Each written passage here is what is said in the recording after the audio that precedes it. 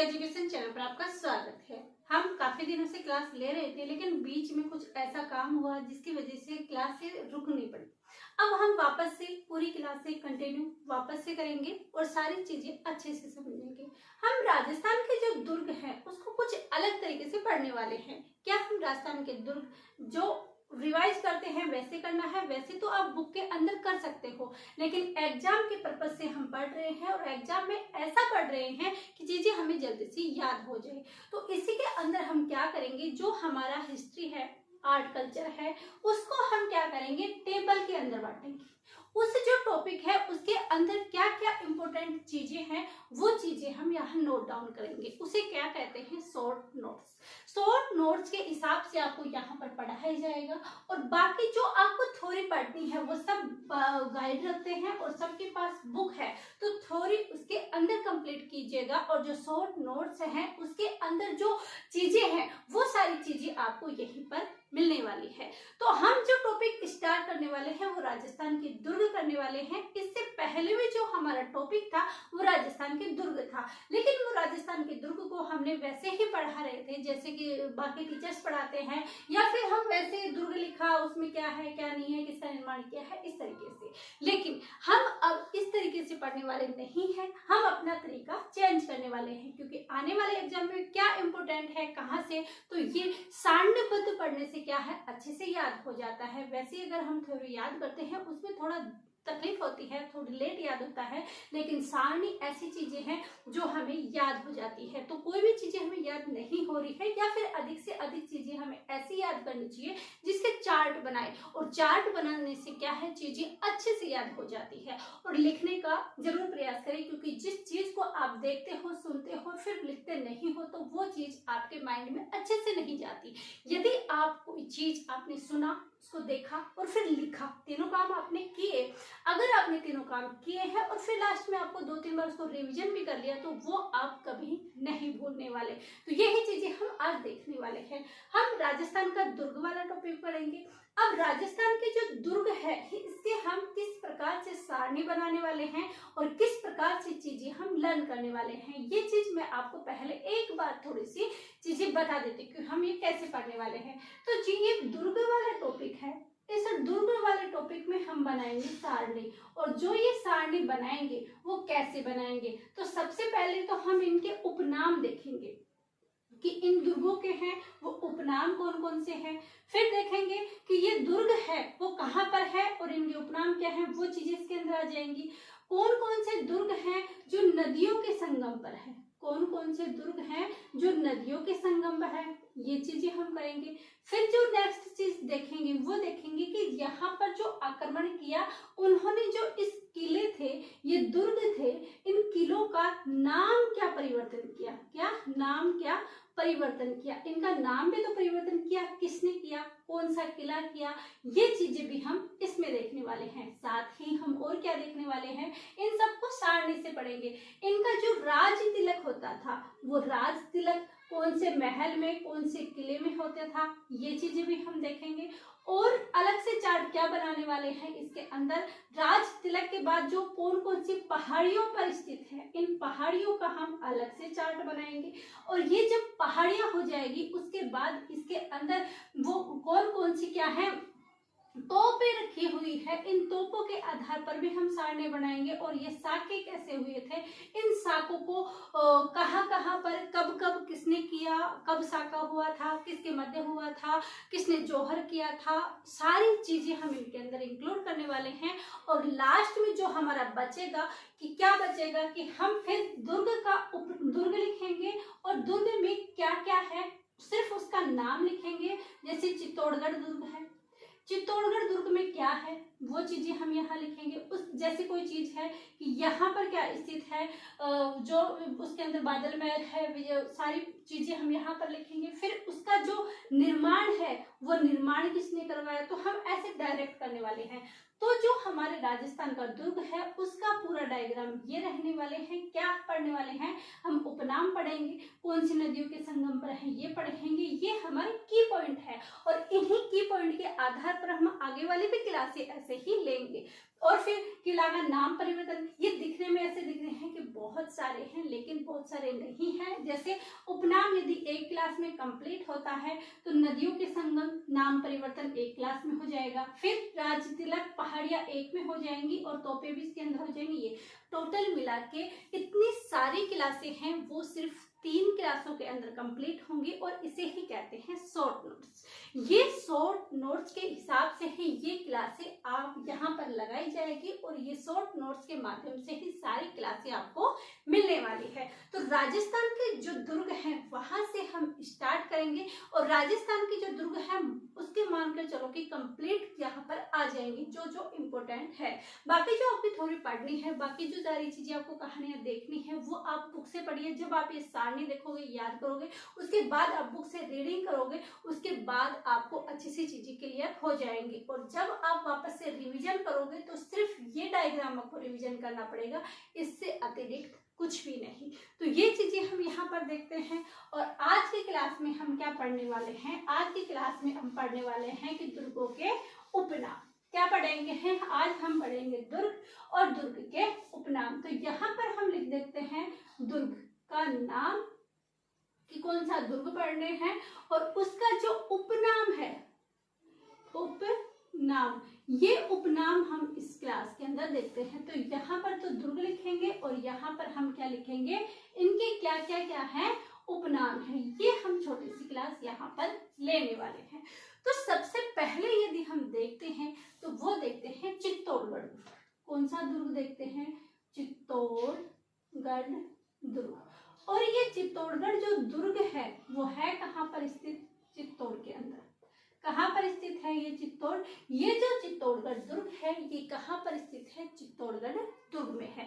इसका निर्माण किसने करवाया था? चित्रांगद मौर्य ने करवाया था। ये सारी चीजें हम यहाँ नहीं इंक्लूड करेंगे, हम ये सारी खिचड़ी यहाँ पर नहीं करेंगे, बल्कि यहाँ पर सिर्फ उपनाम देखेंगे। ये सारणी सिर्फ सारे दुर्गों की उपनाम की रहेगी। तो इसे क्या क्या कहा जाता है? तो इसे जो कहा जाता है चित्तौड़गढ़ दुर्ग को, इसे कहा जाता है राजस्थान का गौरव। राजस्थान का गौरव। अब ये क्वेश्चन आ सकता है कि राजस्थान का गौरव कौन से दुर्ग को कहा जाता है? तो यहाँ पर सारी चीजें हमारे सामने न आकर ओनली ये सिर्फ जो ये सारणी है ये छपेगी और ये सारणी के हिसाब से ही हम बता देंगे कि जो राजस्थान का गौरव है वो चित्तौड़गढ़ दुर्ग को कहा जाता है। और क्या कहा जाता है? इसे कहा जाता है चित्रकूट। क्या कहा जाता है? और इसे कहा जाता है चित्रकूट। और क्या कहा जाता है इसे? दुर्गाधिराज। दुर्गाधिराज। और इसे क्या कहा जाता है? और इसे कहा जाता है दुर्गाधिराज। और क्या कहा जाता है? वीरों का तीर्थ। वीरों का तीर्थ। वीरों का तीर्थ कहा जाता है। वीरों का तीर्थ क्यों कहा जाता है? क्योंकि यहाँ पर महान महान वीर योद्धा हुए थे और उन्होंने अपने प्राण भी त्याग दिए थे। जौहर भी यहाँ पर किया गया था, केसरिया भी यहाँ पर किया गया था। तो इसे क्या कहा जाता है? इसे वीरों का तीर्थ कहा जाता है। और इसे मोस्ट इम्पोर्टेंट जो नाम देते हैं वो देते हैं कि राजस्थान का दक्षिणी पूर्वी प्रवेश द्वार। दक्षिणी पूर्वी प्रवेश द्वार। ये क्वेश्चन आ चुका है, एग्जाम में आता है कि राजस्थान का दक्षिणी पूर्वी जो प्रवेश द्वार है वो कौन से दुर्ग को कहा जाता है? तो वो कहा जाता है चित्तौड़गढ़ दुर्ग को। तो ये हमने चित्तौड़गढ़ के उपनाम देखे। क्या देखे? चित्तौड़गढ़ दुर्ग चित्तौड़गढ़ में स्थित है और इसे राजस्थान का गौरव कहा जाता है, चित्रकूट कहा जाता है, दुर्गाधिराज कहा जाता है। कहा जाता है कि चित्तौड़गढ़ दुर्ग ही सबसे महत्वपूर्ण दुर्ग है। यदि चित्तौड़गढ़ दुर्ग नहीं देखा तो कुछ नहीं देखा। फिर है वीरों का तीर्थ, राजस्थान का दक्षिणी पूर्वी प्रवेश द्वार, इसको कहा जाता है। ये हमारे चित्तौड़गढ़ दुर्ग के बारे में हो जाता है। नेक्स्ट यदि देखें तो हम देखते हैं कुंभलगढ़ दुर्ग। चित्तौड़गढ़ दुर्ग कहाँ पर? ये किसके? मेसा के पठार पर स्थित है। अब देखते हैं कुंभलगढ़ जो कि गंधमादन पर्वत पर स्थित है। ये कौन सा है? कुंभलगढ़। कुंभलगढ़। और ये जो कुंभलगढ़ है वो है कहाँ पर स्थित? तो जो हमारा कुंभलगढ़ है वो है हमारे कुंभलगढ़ राजसमंद। कुंभलगढ़ दुर्ग कहाँ पर स्थित है? कुंभलगढ़ दुर्ग हमारे राजसमंद के अंदर स्थित है। अब इस कुंभलगढ़ दुर्ग को क्या कहा जाता है? तो कुंभलगढ़ दुर्ग को कहा जाता है मेवाड़ की आंख। क्या कहा जाता है? मेवाड़ की आंख कहा जाता है। कौन से दुर्ग को मेवाड़ की आंख कहा जाता है? तो जो कुंभलगढ़ दुर्ग है उसको क्या कहा जाता है? इसको मेवाड़ की आंख कहा जाता है। और ये कुंभलगढ़ है, इसी कुंभलगढ़ से कुंभलमेरू, कुंभलमेर, कुंभलपुर ये चीजें भी इसके अंदर आ जाती है। कुंभलमेर, कुंभलपुर, तो ऐसे कुंभलमेर, कुंभलपुर जो हमारे कोई शब्द नहीं होता, उसके बाद हम उसे अपना जैसे नाम आता है उसी हिसाब से हम उसको ढाल लेते हैं। तो इसी के अंदर इसको भी क्या कहा गया? कुंभलमेर, कुंभलपुर, कुंभलमेर, कुंभलपुर कहा जाता है। और मोस्ट इम्पोर्टेंट जो इसमें नाम है वो कहा जाता है मेवाड़ की आंख। और क्या कहा जाता है? और कहा जाता है इसे माहौर। क्या कहा जाता है? माहौर कहा जाता है। मत्स्येंद्र, मत्स्येंद्र भी क्या कहा जाता है? इस दुर्ग को कहा जाता है। किस दुर्ग को कहा जाता है? इस जो हमारा कुंभलगढ़ दुर्ग है। और इसे कहा जाता है मेवाड़ की शरण स्थली, शरण स्थली। और मेवाड़ की संकटकालीन राजधानी चावंड होगी, मेवाड़ की शरण स्थली होगा कुंभलगढ़ दुर्ग। तो इसके अंदर जो इम्पोर्टेंट नाम है वो दो है। इसे मेवाड़ की आंख कहते हैं और इसे मेवाड़ का शरण स्थली कहते हैं। कौन से दुर्ग को मेवाड़ की आंख, मेवाड़ का शरण स्थली कहते हैं? वो कौन सा दुर्ग है? वो हमारा कुंभलगढ़ दुर्ग है। और कुंभलगढ़ दुर्ग कहाँ पर स्थित है? कुंभलगढ़ दुर्ग हमारा स्थित है राजसमंद में। ये चीजें किस पहाड़ी पर? गंधमार्दन पहाड़ी पर। इसके हम अलग से क्या लेके आएंगे? चार्ट लेके आएंगे, उसी चार्ट के माध्यम से हम पढ़ेंगे। दूसरा हमारा दुर्ग आ जाता है सज्जनगढ़ दुर्ग।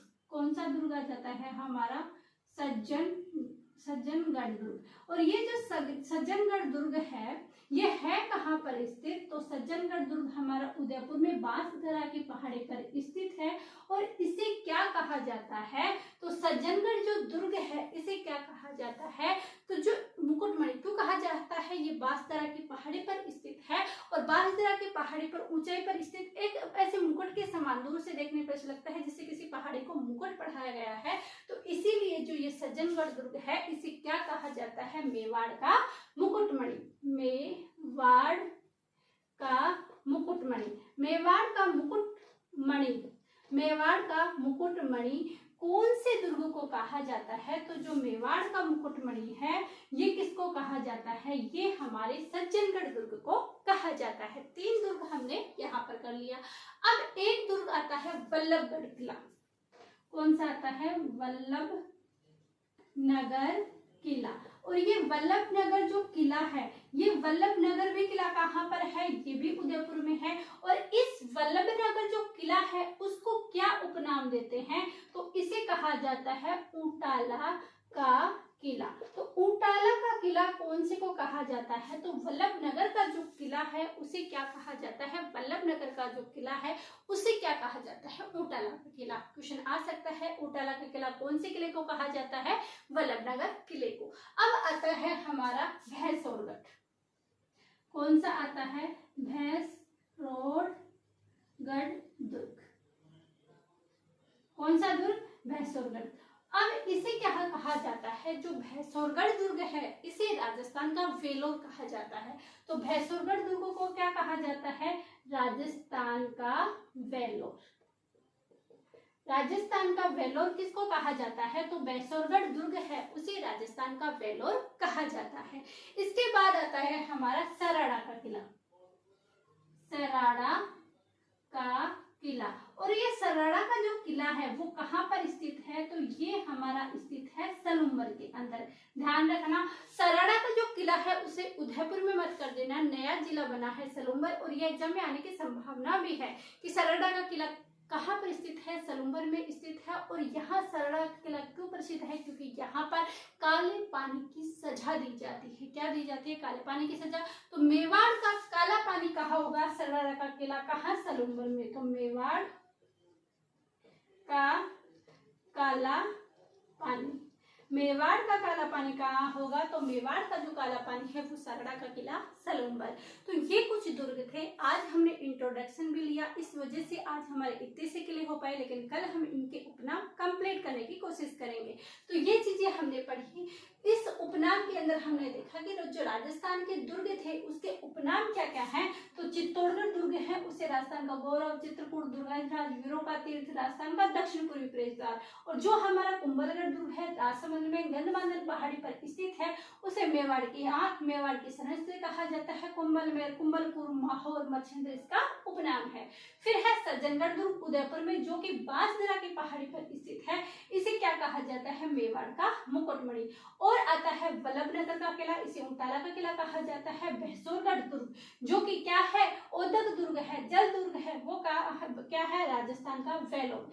फिर है सरड़ा किला, वो है मेवाड़ का काला पानी। इसी के अंदर आप ऐसे सोच रहे होंगे कि इनकी पहाड़ियां और इनके साथ हम ले लेते इन्हीं के नाम, लेकिन सभी पहाड़ियों पर स्थित नहीं है। इस वजह से हम क्या करेंगे, कुछ ही पर्वत हैं, उनके 8-10 पर्वत हैं, उनको हम अलग से कर लेंगे। ऐसे यदि आप बार बार लिखोगे, रिवीजन करोगे, तो चीजें हमारी अच्छे से क्लियर हो जाएगी। और पढ़ने के अंदर कभी भी आलस मत करना, जितना लिखोगे उतना सीखोगे, जितना याद करोगे उतने अच्छा तरीके से आ गए, जितना रिवाइज करोगे उतनी लेट भूलोगे नहीं, और जितना अधिक रिवाइज करोगे उतने अधिक समय तक याद रखोगे, और जितना कम रिवाइज करोगे उतनी जल्दी भूल जाओगे। तो ये सब चीजें हमारे हाथ में है कि हम कितना याद करते हैं, कितना पढ़ते हैं, कितना नहीं। हमारे पास टाइम है, पूरा यूज हमें पढ़ने में लेना चाहिए और चीजें अच्छे से क्लियर करने भी चाहिए। क्योंकि जब एक रस्सी उसके ऊपर, पत्थर के ऊपर बार बार आके उस पत्थर को घिस देती है, तो ये किताबें आपके माइंड में क्यों नहीं छपती, क्योंकि यदि आप बार बार इसको पढ़ते हो तो ये आपके माइंड में छप जानी चाहिए। तो यही होती है चीजें हमारी कंप्लीट। मिलते हैं कल की क्लास में। इसके साथ ही यहीं पर आपकी एक बात बता दूं कि कोशिश की जाएगी, यदि कोशिश की जाएगी, कंप्लीट नहीं, कोशिश की जाएगी, यदि टाइम मेंटेन हुआ तो इसके अंदर आपके मैथ के क्वेश्चन जो टाइप वाइज, यानी जैसे एक मैथ का टॉपिक लिया, उसमें कितने टाइप से क्वेश्चन पूछे जाते हैं, उतने टाइप से छोटी छोटी क्लासें आपके लिए दी जाएगी, ताकि पशु परिचय के अंदर वो क्लासें आपके लिए हेल्पफुल रहे। क्योंकि मैथ के अंदर सभी स्टूडेंट चाहते हैं कि क्लासें हो, और उसके अंदर चीजें ये आती है कि क्लासें तो आ जाती है, लेकिन वो टाइप वाइज नहीं आ पाती है, हमारे पशु परिचय के अकॉर्डिंग नहीं आती है, कितना लेवल रहने वाले हैं। तो ये चीजें भी कोशिश की जाएगी कि ये क्लासें आपके लिए करवाई जाए। बाकी आपका एडवाइस क्या है, आप कमेंट करके जरूर बताएं। और पशु परिचय के अंदर ऐसा कौन सा सब्जेक्ट है जो आपके अंदर वीक ला रहा है, उसकी वजह से आप कमजोरी महसूस कर रहे हो, तो ये चीजें भी हम आपकी पूरी करने की कोशिश करेंगे। ठीक है, यही होती है क्लास। मिलते हैं कल की क्लास में। आप सभी का धन्यवाद। Thank you.